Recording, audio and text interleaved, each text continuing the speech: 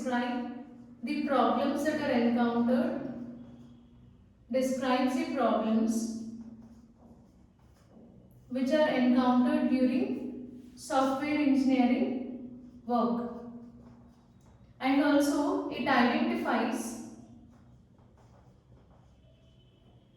environment in which the problem occurred. So once this task is done, then in that case it will provide one or more solutions to solve the problem. One or more solutions for the problem. So this is how you can define process pattern. Because the software teams, they while developing the software project, they need to encounter a lot of errors.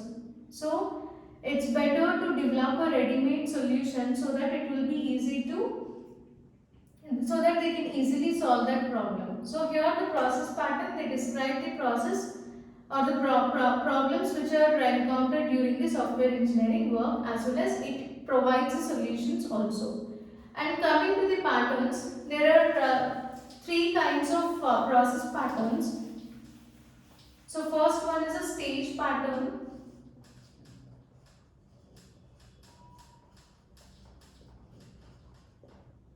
So here the stage pattern,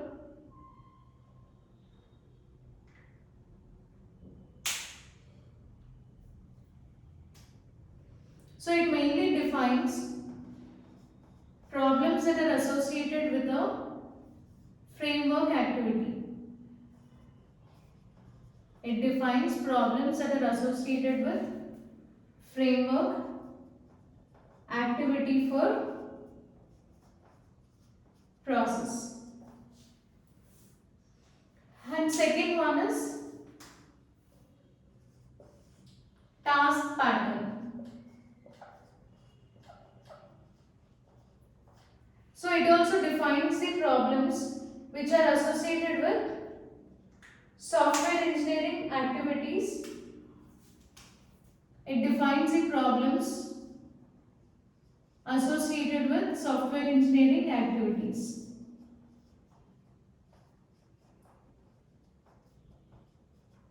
Or they can be even work tasks also,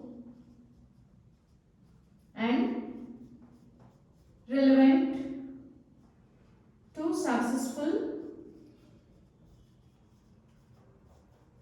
software practices. So this task pattern, it mainly defines the problems that are associated with software engineering activities, or they can be either work tasks, and it leads to successful software engineering patterns. And then coming to the third one is phase pattern.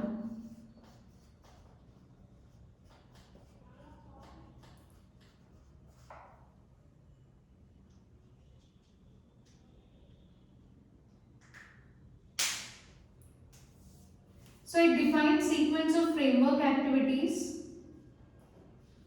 that occur within a process. So it defines sequence of framework activities that occur within process. So here you can just take examples also. For task pattern, example is requirement gathering or requirement analysis. Whereas for phase pattern, example is spiral or prototyping model.